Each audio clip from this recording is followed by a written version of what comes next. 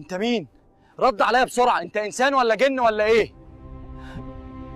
كائنات لو شفتها اوعى تقتلها، عشان اكيد انها ممكن تكون من الجن، عشان ما يحصلش معاك زي ما حصل مع الشاب اليمني احمد اللي قتل واحد من الجن بعد ما كان متشكل على هيئة انسان، وتمت محاكمته وحصل حاجات غريبة جدا وقصة حقيقية، وكانت احداثها كلها متوثقة ونازلة على الانترنت. تابعوا معايا الحكاية للنهاية، بس قبل ما نتابع ما تنسوش تصلوا على النبي عليه الصلاة والسلام في التعليقات. بداية الحكاية لشاب اسمه أحمد. الشاب ده كان يمني، وكان ساعتها في الخدمة بتاعته في الجيش، وكان واقف في الأرض اللي هو واقف عليها واقف بسلاحه، وكانت الدنيا ليل خالص. وأثناء ما هو واقف حس كده من بعيد، شاف زي ما يكون شخص جاي عليه، ولكن الشخص ده كان غريب شكل إنسان، ولكن كان عمال يلف في الهوا بشكل كده زي ما يكون بيطوف في الهوا وبدون رجلين. هنا طبعا احمد اترعب وجسمه كله اترعش، وبرضه قال له انا بحذرك، دي منطقة عسكرية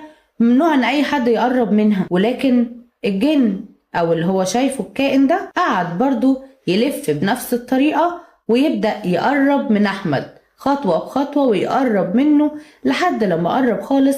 أحمد هنا ما حسش بنفسه إلا والرعب مالي جسمه، ولقى نفسه مسك البندقية بتاعته أو السلاح بتاعه وقتل الكائن ده. وهنا وقع الكائن مات على طول. وطبعا جري أحمد على بيته على طول وهو مش حاسس بنفسه، ودخل البيت وهو مذعور وفي حالة غريبة جدا، مش قادر يتكلم لدرجة ان هو غاب عن الوعي اول لما وقع، وبدأ يهلوس بكلام وزي ما يكون ان هو عمال يحكي حاجة او يرد على حاجات. هنا باباه طبعا قلق عليه جدا وحس ان هو ممكن يكون ممسوس او ملبوس، وهنا استدعى شيخ كبير كانوا يعرفوه اهل المدينة واستدعوه وجم يشوفوا حالة احمد. ولما جه الشيخ وشاف حالة احمد بالشكل ده وسمع الكلام اللي هو قاله، بدأ يقرأ عليه قرآن ويحاول ان هو يشوف ايه الموضوع، لحد لما سمع صوت من احمد طالع،